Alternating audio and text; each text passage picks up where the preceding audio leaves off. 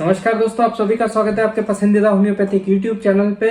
Bowel nosode की श्रृंखला में आज हम बात करने वाले हैं बॉवेल नोजोड गार्टनर के बारे में। बता देना चाहता हूँ कि इसके पहले हमने मॉर्गन गार्टनर के बारे में बात की थी, जो कि एक अलग दवा है और ये प्लेन गार्टनर नाम से आती है या गार्टनर बैच नाम से आती है। ये भिन्न दवा होती है, तो ये दोनों ही दवाइयाँ अलग अलग है, दोनों के लक्षण अलग अलग हमें देखने को मिलते हैं। तो ये चीज आपको ध्यान में रखना है। नाम गार्टनर एक ही आता है, इसलिए कई लोग कंफ्यूज हो जाते हैं कि कहीं एक ही तो दवा नहीं है। तो आज के वीडियो में जानेंगे कि क्या लक्षण हमें गार्टनर इस दवा के अंदर देखने को मिलते हैं, कौन कौन सी बीमारियों में ये इंडिकेटेड होती है और किस तरह से इसका उपयोग करना है, कौन सी होम्योपैथिक मेडिसिन के साथ में ये क्लोजली रिलेट करता है। इन सभी के बारे में आज के वीडियो में पूरी जानकारी मिलेगी। वीडियो अंत तक देखना ना भूले। तो चलिए दोस्तों, बिना किसी देरी के हम शुरू करते हैं।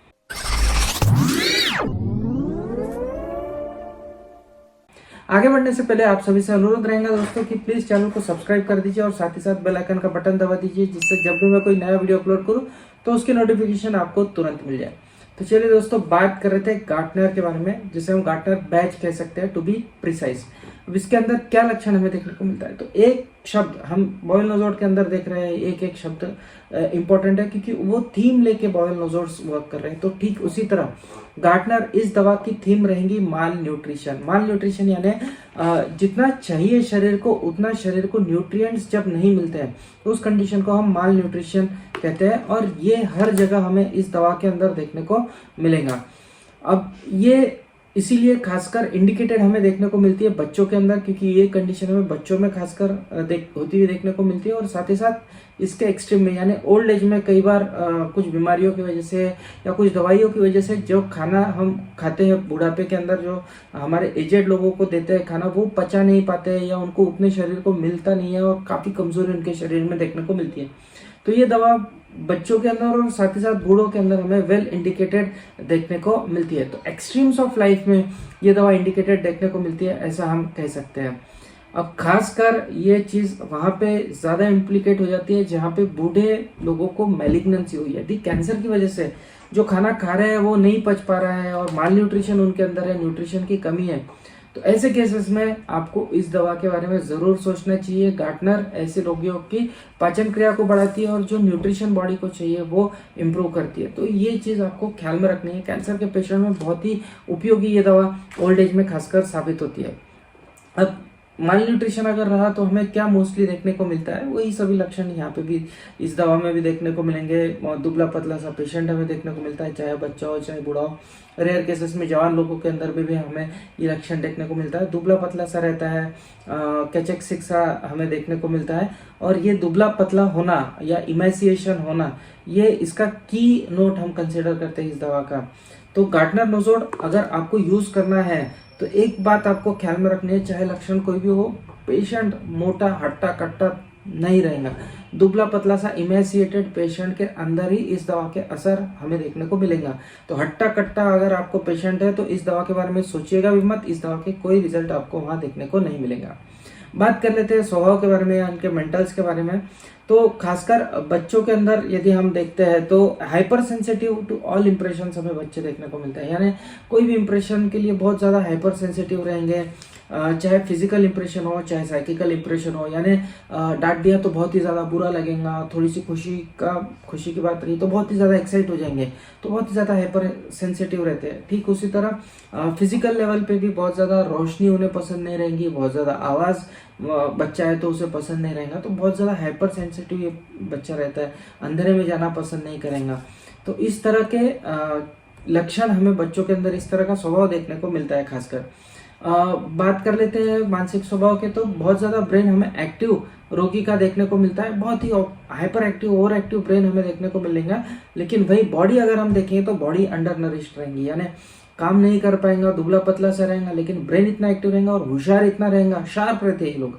तो बहुत ही शार्पनेस हमें पेशेंट के अंदर देखने को मिलती है। तो ये सभी मेंटल सिम्टम्स हमें इस दवा के अंदर देखने को मिलते हैं। अब मेन जो गड़बड़ी रहती है इस दवा के अंदर, वो गड़बड़ी हमें मेनली देखने को मिलती है डाइजेस्टिव ट्रैक्ट के अंदर।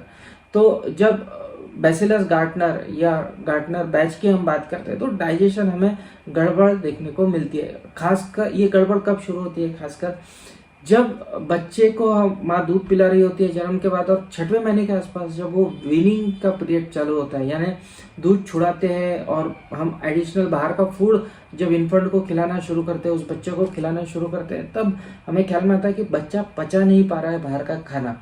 ये वहाँ से शुरुआत हो जाती है। कुछ लोग इसकी तरफ ख्याल देते हैं, कुछ लोग सोचते हैं कि नहीं, धीरे धीरे जैसे जैसे उम्र बढ़ेंगी ये तकलीफ कम हो जाएंगी, और वहीं से ये तकलीफ बढ़ते जाती है और आगे चल के हमें बहुत सारे डाइजेस्टिव इश्यूज बच्चे के अंदर डेवलप होते हुए देखने को मिलते हैं। तो अगर फैट नहीं डाइजेस्ट कर पा रहा है बच्चा, या फिर सीलियाक डिजीज है, उसे कीटोसिस हो रहा है, या फिर इंटेस्टिनल इन्फेंटलिज्म हो गया है, तो ये कुछ डिजीज कॉम्प्लेक्सेस है जिसके अंदर ये दवा बहुत अच्छी तरह से काम करती है। इस तरह की कंप्लेंट्स के अंदर बहुत अच्छे रिजल्ट हमें बैसिलस गार्टनर्स के देखने को मिले हैं। इसी के साथ में यदि बहुत पुराना गैस्ट्रोएंटेराइटिस है, यानी पेट की तकलीफ है लेकिन बहुत ज़्यादा पुरानी है, या टेप्स मिसेंट्रिका हो गया है किसी को, या थ्रेडवर्म हुए हैं, या थ्रेडवर्म बहुत ही छोटे छोटे से वर्म्स होते हैं जो कई बार इन्फेस्ट कर लेते हैं, तो वर्म्स को ठीक करना बहुत ही डिफिकल्ट होता है और कुछ प्रोलॉन्ग ट्रीटमेंट की वहाँ पे ज़रूरत होती है। तो थ्रेडवर्म के केसेस के अंदर भी इस दवा के बहुत अच्छे रिजल्ट हमें देखने को मिलेंगे। तो चाहे पेट में थ्रेडवर्म्स हो या पेट की कोई पुरानी बीमारी हो, लेकिन शुरुआत कहाँ से हुई है? बचपन से पहले से ही पेशेंट कहेगा कि पहले से ही मेरे को ये तकलीफ है, मुझे खाना नहीं पचता है, मैं खाता हूँ तो मुझे ठीक से खाना पचता नहीं है। तो उसे जब से याद रहेगा या जब से समझ आई रहेंगी, उसको यही ख्याल में रहेगा कि उसका डाइजेशन ठीक नहीं है। तो ये लक्षण हमें बैसिलस गार्टनर्स के या गार्टनर बैच के देखने को मिलते हैं। बात कर लेते हैं कि कौन सी होम्योपैथिक दवाइयों से ये क्लोजली रिलेट करता है। तो 3 मेन होम्योपैथिक दवाइयाँ हैं जहाँ पे ये क्लोजली रिलेट करता है। एक है फॉस्फोरस, दूसरा है सिलिशिया और तीसरा है मर्क विव।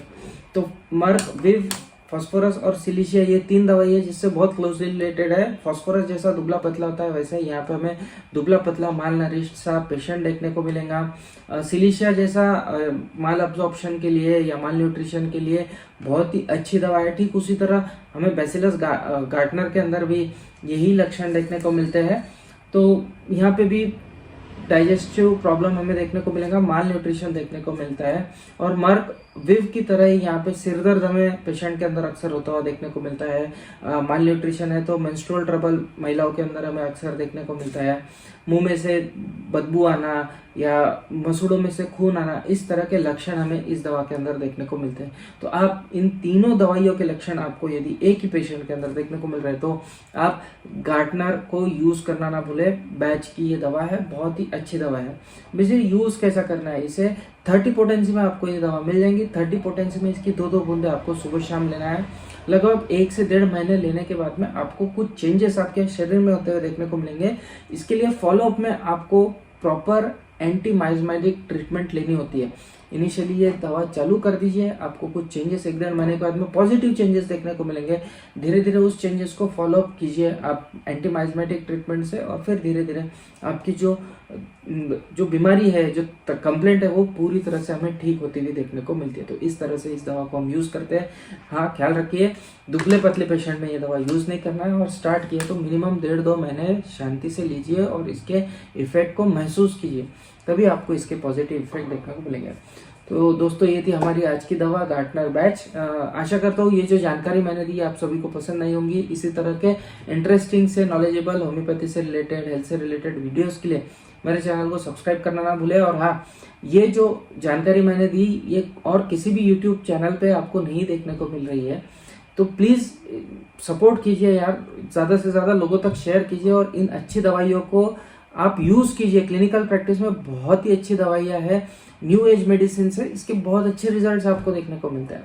मिलते हैं अगले वीडियो में इसी तरह कोई इंटरेस्टिंग सा टॉपिक लेकर आपके सामने फिर से हाजिर होऊंगा। तब तक के लिए आप सभी की इजाजत चाहता हूँ। जय हिंद, जय भारत।